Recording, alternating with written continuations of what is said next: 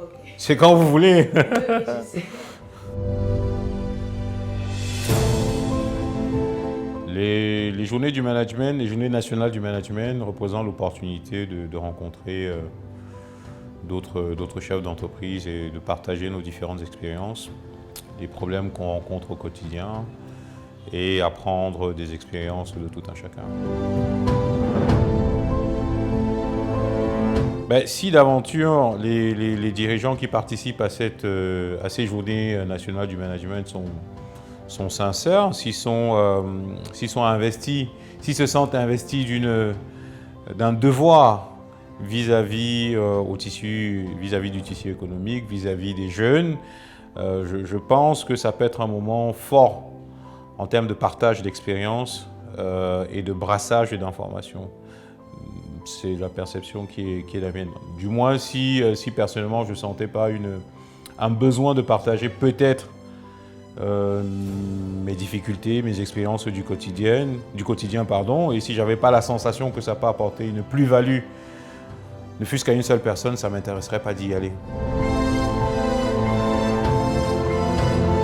En même temps, dans mon cas, je parle de mon cas, je n'ai pas un conseil d'administration, j'ai un collaborateur qui est le patron de la stratégie et du marketing qui travaille très étroitement avec moi. Dans notre cas, je vais dire les entrepreneurs, des fois ont la sensation d'être auréolés comme ça. Il y a comme une sorte des dieux des entrepreneurs qui protègent les entrepreneurs. Et c'est au feeling, c'est la conviction qu'on a au fond de soi que c'est la direction à prendre et on se donne les moyens d'y aller. Nous sommes, je dirais, en tout cas dans mon cas à nouveau, l'étude de marché. On le sent le truc et on se dit c'est vers là que le vent va souffler et il faut être dans le bon sens du vent. Donc ça c'est pour moi. Après, naturellement, il y a des indicateurs qui font que nous parlons énormément de la digitalisation aujourd'hui. Il est clair qu'il serait stupide de penser que les géants de ce monde, Tesla ou encore Amazon, investissent massivement dans la numérisation, dans le digital, parce qu'ils sont stupides, parce qu'ils ont envie de perdre de l'argent. Non, je pense que c'est la direction dans laquelle le monde est en train de bouger. C'est vers là, de mon point de vue, qu'il faudra aller. Donc ceux qui ne vont pas se réinventer dans ce mouvement, il y a de fortes chances qu'elles aient beaucoup de mal à tenir la preuve.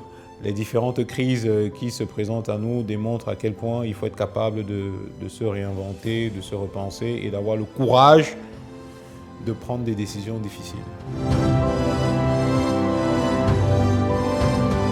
Manager, c'est prévoir. Manager, c'est anticiper.